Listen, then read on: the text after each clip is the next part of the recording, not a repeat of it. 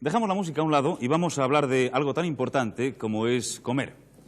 Comer para alimentarse, comer como tema de salud y comer como tema de vital importancia. El simple hecho de comer puede significar desde ingerir unos sencillos alimentos simplemente para seguir vivos o hacer de ello un puro placer. También el tema del bolsillo es importante a la hora de comer. Hoy están con nosotros para hablar en toda su extensión del comer, del saber comer y el cómo comer, tres verdaderos expertos. Don Rafael Ansón, que fue director de Televisión Española, de Radio Televisión Española en otro tiempo, y actual secretario general de la Academia Nacional de Gastronomía. Don Gregorio Varela, que es el único catedrático en España de nutrición en la Facultad de Farmacia.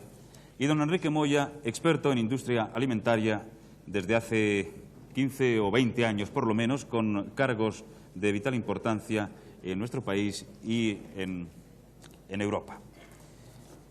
Yo me atrevería a decir, primero, antes de comenzar, si han cenado ustedes y cómo han cenado, de entrada. Yo, desde luego, no he cenado, no sé... Pues yo tampoco, ¿eh? Pero sí quería decir que, aunque no hayamos cenado, realmente como aperitivo, un Gau Costa es un aperitivo perfecto. Yo creo que ahora cenaremos mucho mejor y, desde luego, creo que a todo el mundo le debe haber abierto el apetito. Lo que es una pena es que la hayamos interrumpido y no haya cantado la tercera canción.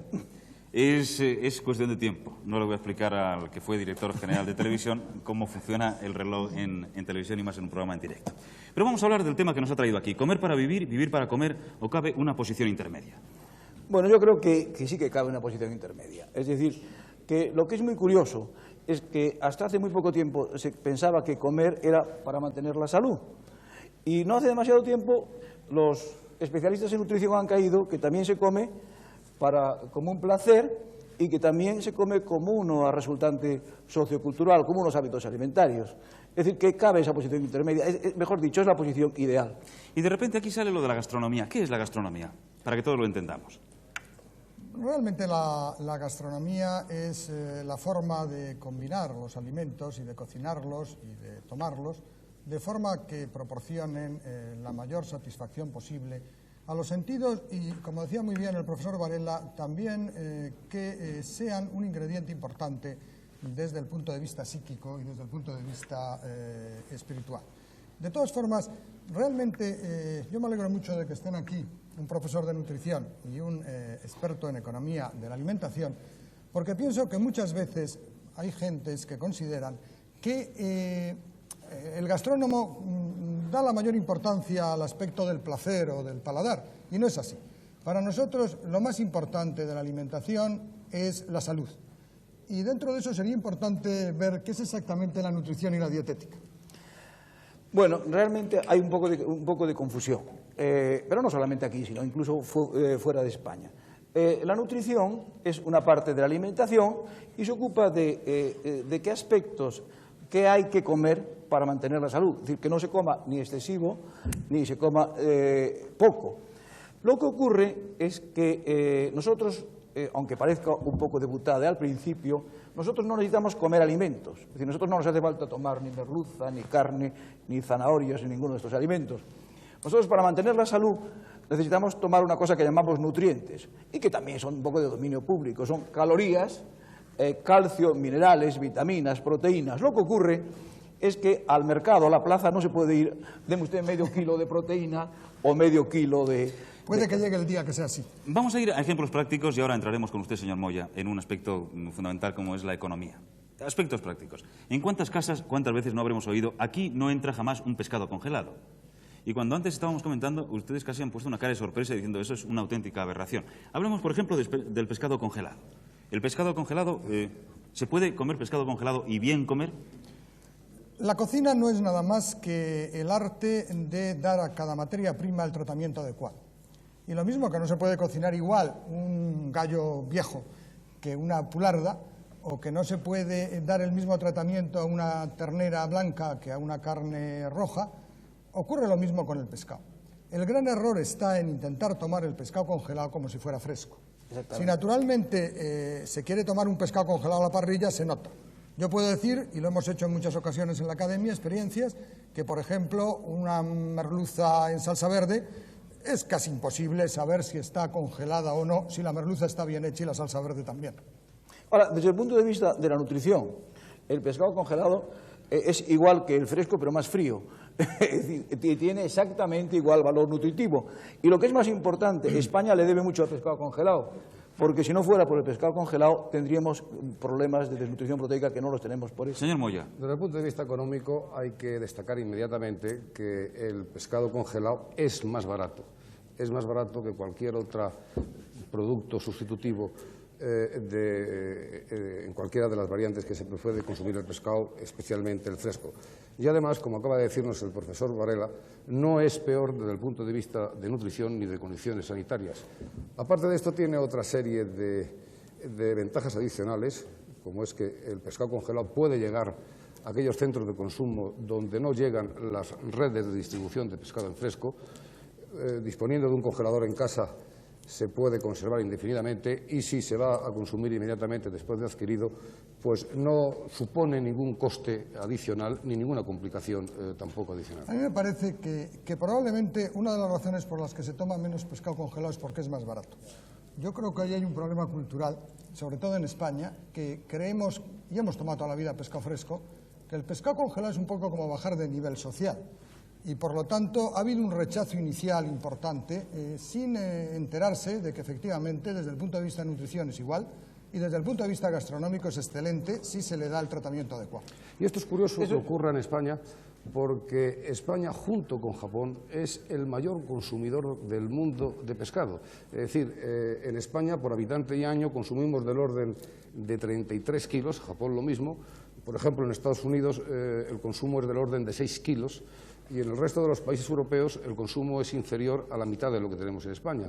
Es decir, es curioso como en un país experto y con esa tradición de consumo de pescado cometa quizás este error de base en la apreciación del pescado. Otro tema, si me permiten, las hamburguesas, por ejemplo.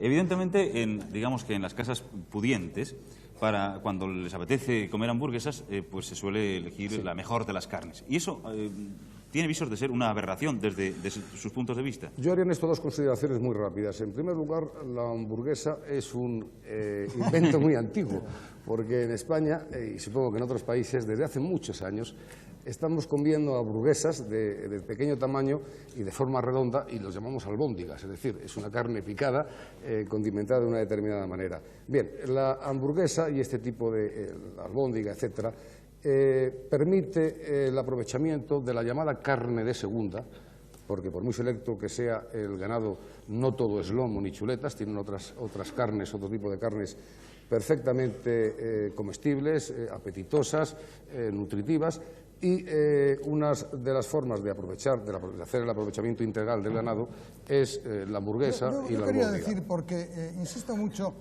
en que no se trata solo de que permita, es que la hamburguesa solo está buena con ese tipo de carne, desde el punto de vista de un gastrónomo. Sí, exactamente. Cierto.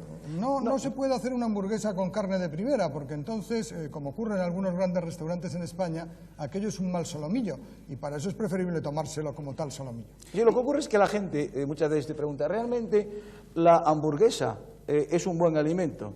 La contestación siempre es un buen alimento si está bien hecha. Si está bien hecha, pues alimenta igual que alimenta cualquier alimento. Lo que es importante es que con un único alimento nunca podemos estar bien alimentados. Es decir, si comiésemos exclusivamente solomillo, estaríamos muy mal alimentados. Y si comiésemos solo caviar también. Si comiésemos solo caviar, lo que hace falta es que hay que mezclar los alimentos. Vamos a hablar, si me permiten, ahora de vino. ¿Vino blanco o vino tinto? Eso en el aspecto gastronómico. Yo voy a decir una cosa que quizá va a chocar mucho, porque en España realmente los vinos tintos son mejores que los blancos. Razón por la cual nos hemos habituado a tomar vinos tintos. Yo creo que se coma lo que se coma, y normalmente a lo mejor se tarda mucho tiempo en elegir un menú, el tema del vino se resuelve en el acto. Deme usted el tinto de la casa. Bueno, realmente desde el punto de vista de paladar, el blanco tiene mucha más variedad que el tinto, y por lo tanto, digamos, ofrece más posibilidades al gastrónomo y más posibilidades para combinar los platos. Sin embargo, es evidente que vinos blancos buenos hay en muy pocos sitios, especialmente en Francia, y no es el caso de España en general. Hay algunos blancos jóvenes, regionales, como el gallego, etcétera, que son de primera calidad, y ahora se están haciendo algunos muy buenos en Cataluña. Pero en términos generales, a mí me parece que el vino blanco es igual que el tinto, cuando son los dos de calidad, y que hay unos platos con los cuales va mejor el blanco y otros con los que va mejor el tinto, y por lo tanto lo importante es saber combinarlo. Profesor Varela, ¿y es bueno o es malo el vino? Bueno, exactamente, es un tema para mí muy importante porque a veces la gente la tiene tomada con el vino y efectivamente nos debe preocupar el abuso del vino, es decir, el abuso del alcohol en general nos tiene que preocupar porque produce el alcoholismo, entre otras cosas produce el alcoholismo, pero sin embargo existe un consumo moderado de vino, lo que llamamos el uso del vino, que en lugar de ser negativo es absolutamente positivo y tenemos que defender los nutriólogos el derecho de las personas que usan normalmente, sin abusar del vino, a tomar. Ahora, ¿dónde está esa frontera? Bueno, es difícil de marcarla. Las normas internacionales, que no son muy precisas, que con medio litro por cabeza y por día de vino corriente, que naturalmente de whisky es otro problema, es suficiente. Señor Moya, y desde el punto de vista económico, ¿qué debiéramos beber los españoles? Lo más posible dentro de estos límites que aconseja la prudencia y la salud. España es excedentaria en vinos, especialmente en vinos blancos. Es decir, vino blanco tinto, yo diría vino blanco, y todo lo que sea promover en términos prudentes el consumo de vino en España y en fomentar la exportación de nuestros vinos desde el punto de vista económico, evidentemente es beneficioso para la economía nacional. No han hablado del vino rosado, lo han dejado a propósito aparte. Sí, por una razón, porque realmente el vino rosado se encuentra con mucha dificultad. El vino rosado natural existe en muy pocos sitios, es decir, el que al fermentar la uva da ese color, no es un color artificial. Yo diría que en términos generales el vino rosado es un vino que hay que ver con mucha desconfianza.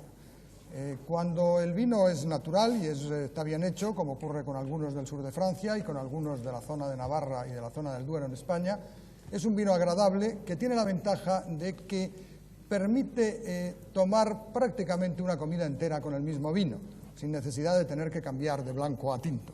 Bueno, a mí lo que me preocupa, y perdón que interrumpa al señor Ansón, es que lo que en estos momentos una tendencia que se da en España es el paso de consumir vino de una graduación normal a bebidas de alta concentración alcohólica. Es decir, que hemos abandonado en gran parte el consumo de vinos y hemos pasado a licores. Claro. Y eso es muy peligroso. Y por lo menos tiene una ventaja, que cuesta menos emborracharse. Y hay ocasiones en que la verdad es que a lo mejor que puede estar uno es borracho. El vino rosado, desde el punto de vista económico, no es relevante en España. El vino rosado. ¿Y comer con champán? Pudiendo, quiero decir. Eso decir, ¿no? El champán le pasa un poco como al rosado. Es decir, la mayor ventaja que tiene es que sirve para toda una comida y es, junto con nuestro Jerez, el mejor aperitivo que puede tomarse.